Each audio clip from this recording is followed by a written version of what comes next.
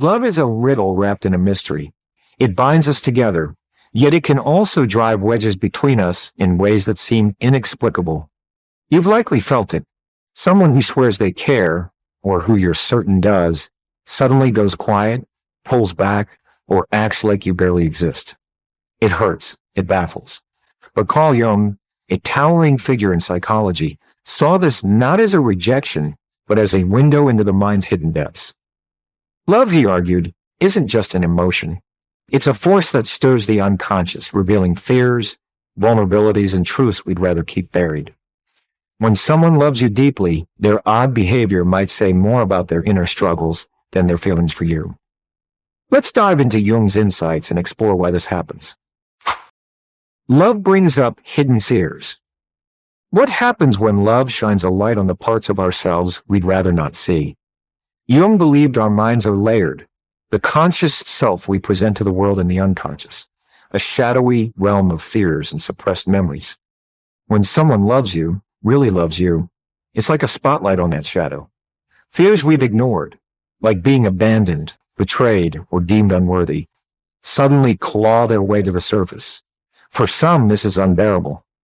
Picture a person who grew up with a cold, distant parent. They've spent years convincing themselves they don't need anyone, building emotional armor to stay safe. Then you enter their life, offering genuine affection, and that armor cracks.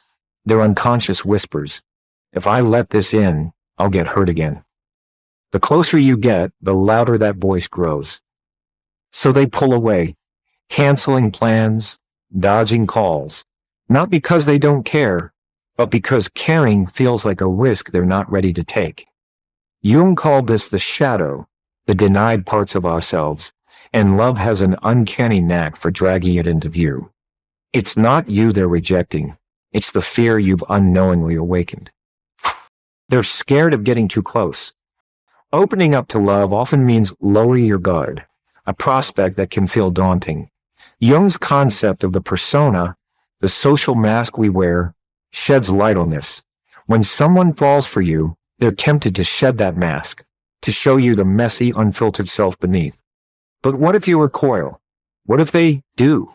For those scarred by past wounds, heartbreak, rejection, or shame, closeness feels like handing you a loaded gun. Think of a friend who's been through a devastating breakup. They meet you, and the connection is electric. Late-night talks turn into something deeper, but as the stakes rise, so do the ghosts of their past.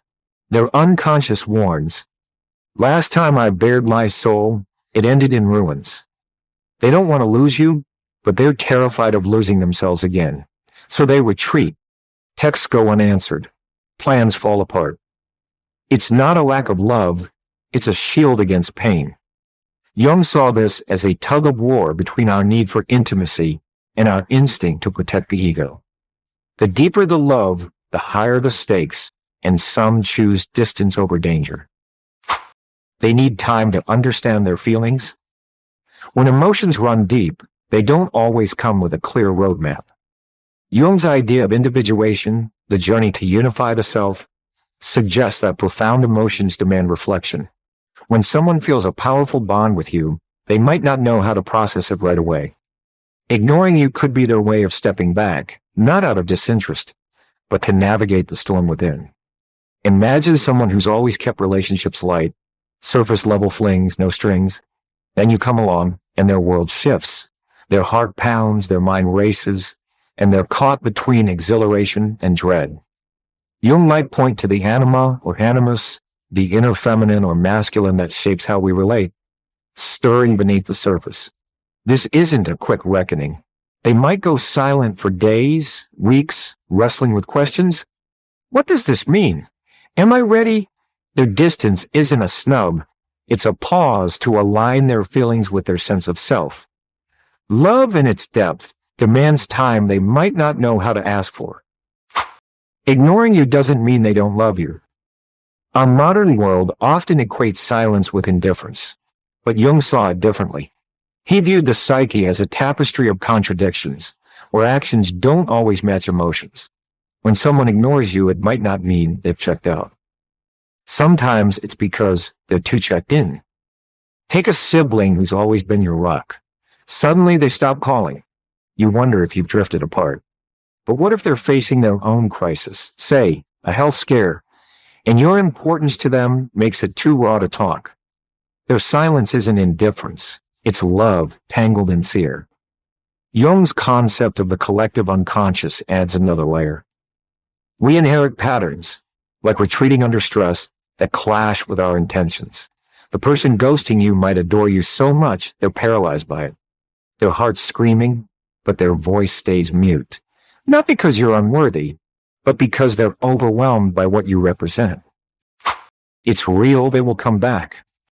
Even in withdrawal, genuine love has a way of holding on. Jung believed authentic connections endure because they're forged in the crucible of the psyche's growth. If someone loves you, their retreat is often a pit stop, not the finish line.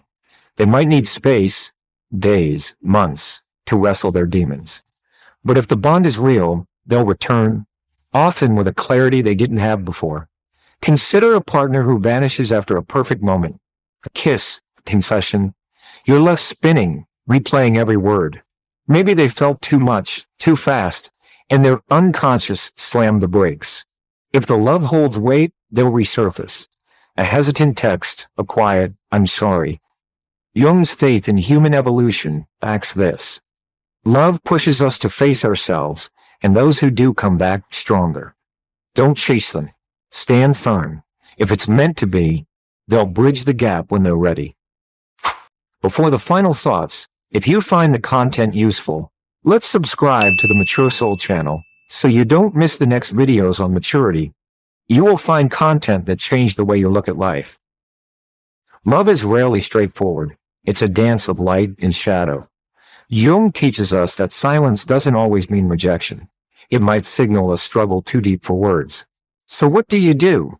Don't take it as a personal slight. Give them space without losing your own. If the love is real, it'll show itself in time. Have you ever seen this play out? Someone pulling away only to return? What do you think drives that distance? Share your thoughts. I'd love to hear.